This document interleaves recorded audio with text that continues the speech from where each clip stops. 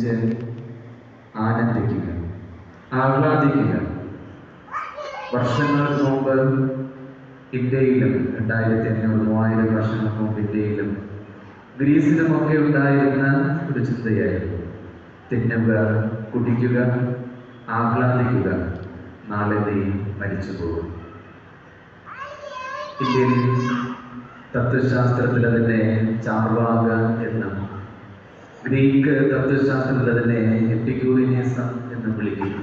തിന്നുക, കുടിക്കുക, ആഹ്ലാദിക്കുക, നീ നാളെ മരിക്കും. അതുകൊണ്ട് ഇന്നും ഈ ഒരു ദർശനം വളരെയധികം ശക്തി പ്രാപിച്ചിരിക്കുകയാണ്.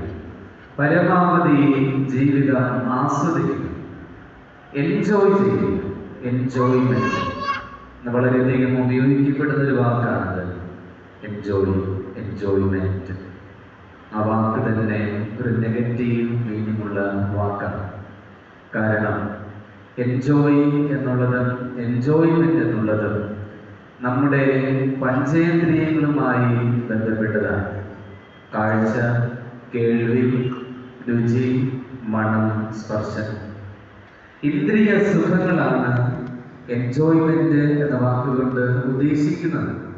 ഇഷ്ടം പോലെ തിന്നുക, ഇഷ്ടമുള്ളതെല്ലാം കുടിക്കുക, ഇഷ്ടമുള്ള ശാരീരിക സുഖങ്ങൾ സ്വന്തമാക്കുക, എൻജോയ് ചെയ്യുക, ധാരാളം യാത്രകൾ നടത്തുക, ഇഷ്ടപ്പെട്ട രുചികൾ തേടി അലയുക, ഇഷ്ടപ്പെട്ട വസ്ത്രങ്ങൾ ധരിക്കുക, മാറുന്ന കാലത്തിനനുസരിച്ച് ട്രെൻഡുകൾ സ്വീകരിക്കുക. അങ്ങനെ ജീവിതം പരമാവധി ആസ്വദിക്കുക. നന്മതിന്മകളെ കുറിച്ചും തെറ്റായ കാഴ്ചപ്പാടുകൾ ഇന്നുണ്ട്. പ്രത്യേകിച്ച് അതിനെ ആപേക്ഷിക ധാർമ്മികത എന്ന് വിളിക്കാം. Moral relativism. എനിക്ക് എൻ്റെ ശരി, നിനക്ക് നിന്റെ ശരി.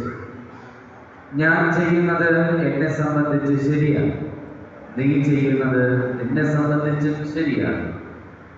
നിനക്ക് നിന്റെ ഉദരത്തിലുണ്ടായ കുഞ്ഞിനെ വേണ്ട എന്ന് തോന്നുന്നെങ്കിൽ നിനക്ക് കൊല്ലാം. അത് നിന്റെ ചോയ്സാണ്, നിന്റെ ഇഷ്ടമാണ്.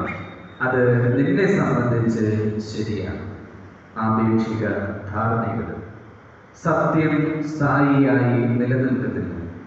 കാലത്തിനനുസരിച്ചും സമയത്തിനനുസരിച്ചും വ്യക്തികൾക്കനുസരിച്ചും അത് മാറിക്കൊണ്ടിരിക്കുന്നു.